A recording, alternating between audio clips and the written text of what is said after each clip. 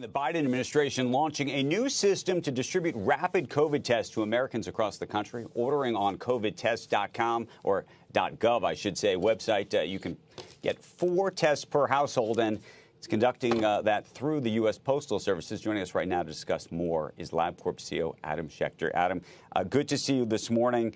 I'm curious how you think this is going to change the dynamic, and if it will at all.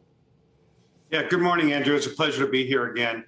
The first thing I'd say is we certainly see a surge in demand for testing starting in about the middle of December. The good news is at LabCorp, for the tests that we do, which are the PCR tests, we've been able to keep up. And our average time to results is still under 2 days. But I think we need more. And I think that these at-home rapid tests will add significantly to what we need in the marketplace. If people want to go visit friends or family or want to see parents that may or may not be in a nursing home, it's going to be great to have more of these tests available freely in the marketplace. One of the complications with at-home rapid tests, as we all very know, is it's harder to track in terms of understanding what kind of spread there is inside the community because people don't report. Is that something we should be concerned about?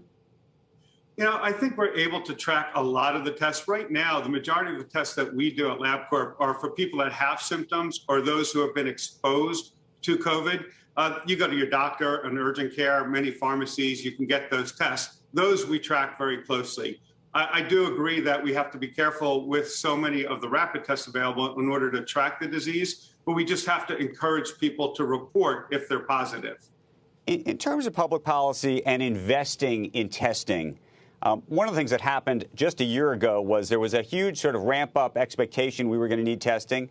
And then all of a sudden, once the vaccine emerged and it seemed like things were quiescent, you know, you had Abbott and others throwing some of these tests away, and we just didn't have enough of them. Once we get through this Omicron period, do you have any concern that people are not, I mean, when I say people, investors and testing companies are not going to continue to ramp? Does the government need to do something? You know, the first thing I'd say is at LabCorp, back in the summer of last year, we were only doing about 30,000 tests per day. Right now, we're doing 125,000 to 175,000.